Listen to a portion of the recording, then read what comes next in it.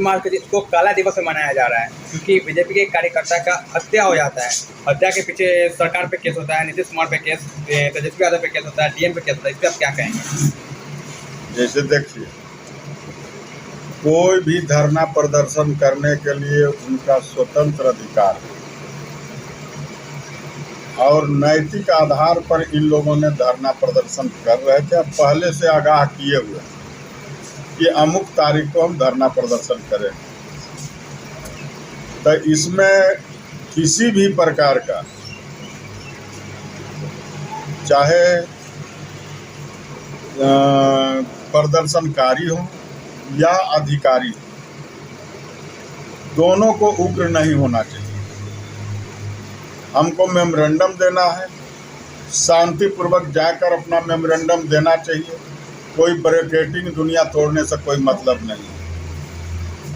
और जहाँ तक बात है कि इसमें पुलिस प्रशासन के द्वारा भी बल जो प्रयोग किया गया है, पता चलता है आप ही लोग मीडिया बंधु के द्वारा कि गुंडी मिर्चाई का पाउडर झोंका गया। ये हकीकत है, बहुत सारे वीडियो में देखा भी होगा। पाउडर झोंका गया। इसके लिए इसमें गहन जांच होना चाहिए कि सत्ता पक्ष के लोग के द्वारा उसमें घुस कर करवाया गया कि प्रदर्शनकारी की ओर से किया गया।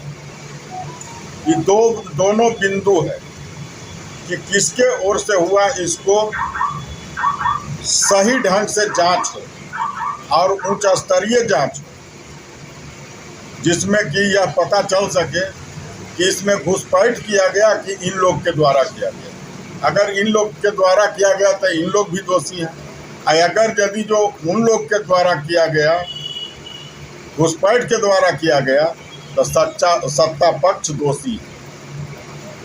और कभी भी किसी भी प्रदर्शन में किसी का हत्या होता है, तो अभी तो आप लोग के चैनल के द्वारा भी सुन रहे हैं कि उसको मारने से मृत्यु हो गया, जो कि उसका पोस्टमार्टम रिपोर्ट आया है।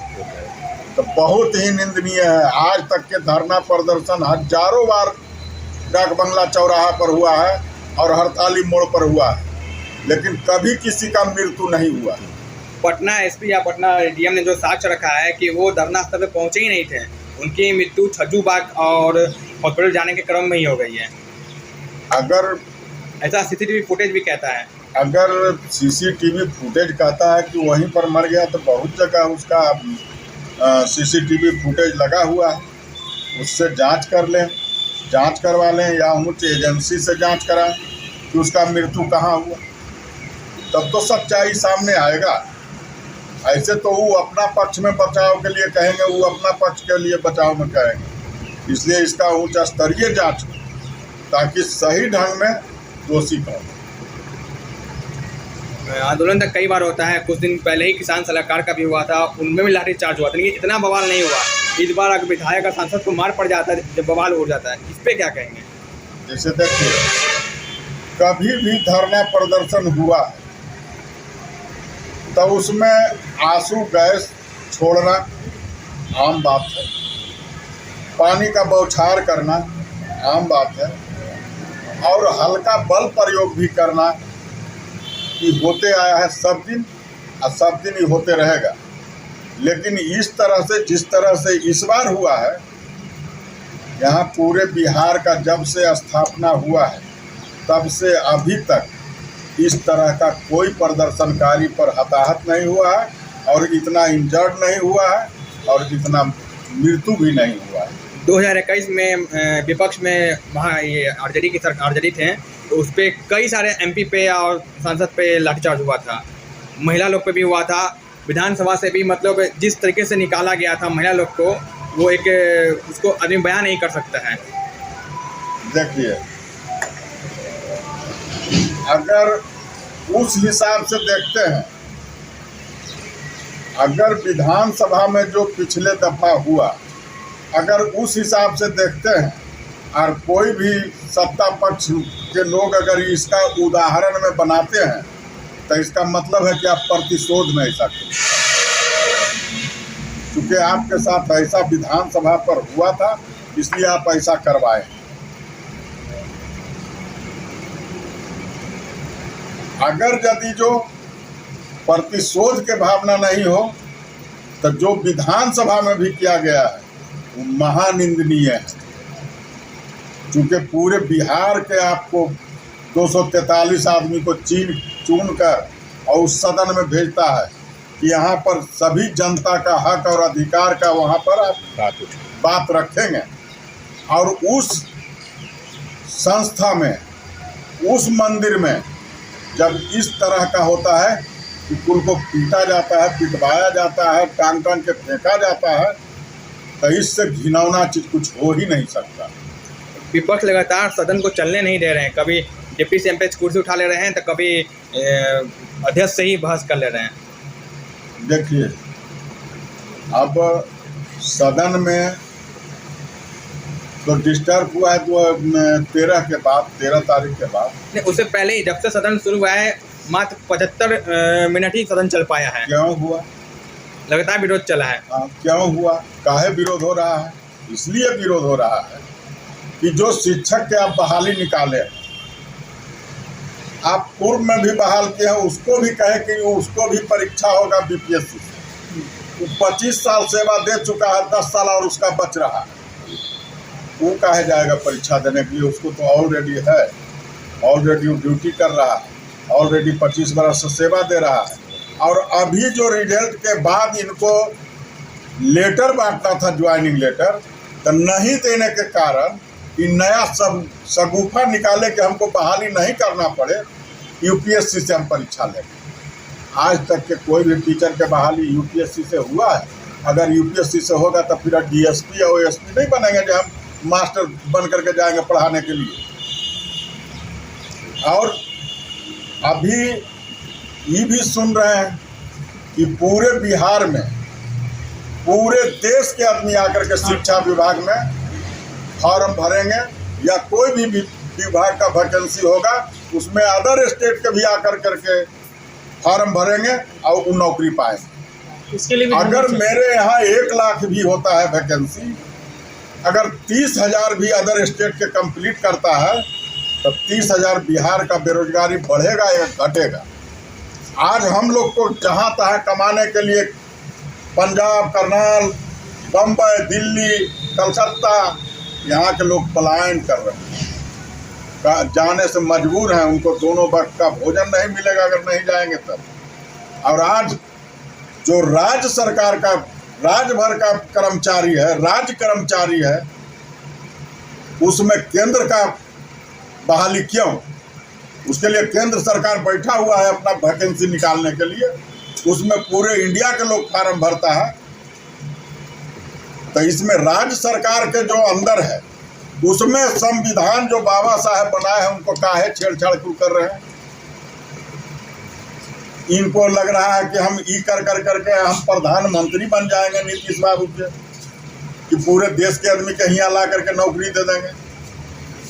तो जो बिहार सरकार का नौकरी है और जो राज्य सरकार का नौकरी है वो राज्य भर के ही आदमी के हो, और जो केंद्र सरकार का नौकरी है वो पूरे ऑल इंडिया के लिए नौकरी है। कहीं का बच्चा कहीं भी जा कर करके वैकेंसी में बैठ सकते हैं, फार्म भर सकते हैं, परीक्षा दे सकते हैं, नौकरी ले सकते हैं। जो नया शिक्षा नीति बना है, बीपीएससी से पास करके जाना होगा, उसको आप कैसे देखते हो? वो सही है या गलत है? वो 16 आना गलत है। कैसे उसको कह सकते हैं गलत? इसलिए गलत है कि जब हम बीपीएससी और यूपीएससी कर करके ही हमको अगर जाना है टीचर में, तो फिर हम डीएसपी और एसपी और कमिश्नर नहीं बनेंगे। जब हम जाएंगे मास्टरी करे लगी 7वां क्लास और 6ठा क्लास और 9वां क्लास के पढ़वे लगी, उसमें तो कैटेगरिया बटा हुआ कि इतना मार्क्स वाले जो उसमें फेस करता है, जो पूरे बिहार के क्रीम रहता है, वो आने की यूपीएससी या बीपीएससी में जाता है। और जो उससे कम है वो शिक्षा विभाग में जाता है, स्वास्थ्य विभाग में जाता है, एग्रीकल्चर में जाता है। इस तरह से बटा हुआ। इससे पहले क्या था कि मुखिया के थ्रू टीचर बहाल किया जाते थे, लेकिन वैसे तो टीचर बहाल हो जाते थे जिनको एप्पल का स्पेलिंग नहीं, उनको अपने नाम का स्पेलिंग नहीं आता था, जिससे बिहार में शिक्षा में काफ़ी खराबी आ रही थी।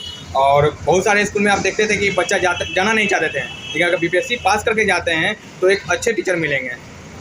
देखिए,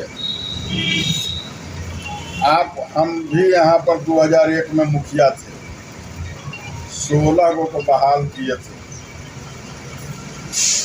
अभी चल करके जिनको भी उनके साथ में कंपटीशन में बैठना है या अथी करना है या पढ़ाने के लिए एक क्लास वो लेता है, कौन बढ़िया पढ़ाता आपको पता चल जाए।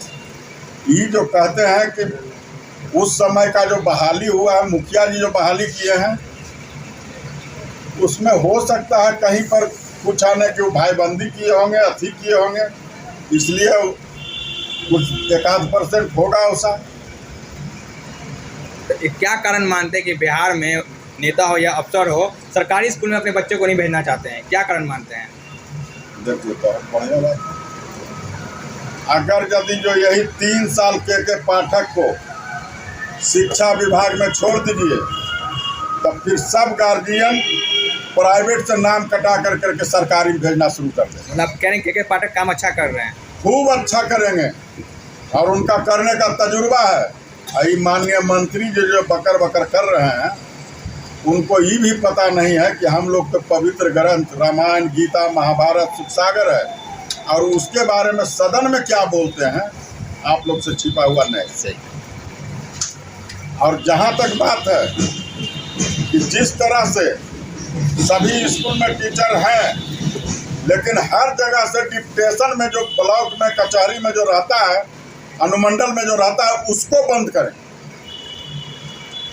अगर एक विद्यालय में 8 गो टीचर है, 2 गो को आप डिप्टेशन में लगा दें, 1 गो वेतन बातन और मीटिंग में रह जाता है, 5 गो बच गया, 9 गो क्लास है और 1 गो रह जाता है खाना बनाने में, बनवाने में, 4 गो बच गया। कैसे पढ़ाई होगा बताइए? आप कहते हैं शिक्षा नहीं है। सबसे पहला नंबर तो डिप्टेशन में अगर 2 टीचर जा रहे हैं, वो टीचर को ब्लॉक में अनुमंडल में नहीं लगा करके अपना विद्यालय में छोड़ दीजिए, देखिए कि शिक्षा सुधरता है या नहीं सुधरता। लेकिन यहाँ तो सब लोग डिप्टेशन में, तो कभी कुछ में तो कभी कुछ में, सब जगह मास्टर निरी है, उसको आदेश मिलेगा जाना है। हम लोग यहाँ मुखिया जी और सब लोग उस पर दबाव डालते हैं, चिट्ठी लगाते हैं कि देखिए हमको डिप्टेशन मिला हुआ, तो कैसे सुधरेगा? हम बात करें अब लोकसभा चुनाव की, नीतीश कुमार विपक्ष को एकजुट करने में लगे हुए हैं। आज भी एक मीटिंग में हैं, विपक्ष के साथ बैठे हैं और एनडीए भी 9 साल में पहली बार एनडीए के दल के सब लोग बैठक करते हैं, जिसको आप कैसे देखते हैं? देखिए, सभी पार्टी को अपना अपना नीति है, अपना अपना पार्टी है, अपना अपना पार्टी का नॉर्म्स है, लेकिन जो सभी एकता करने के लिए, कोई विपक्षी एकता कर रहे हैं, कोई पार्टी एकता कर रहे हैं।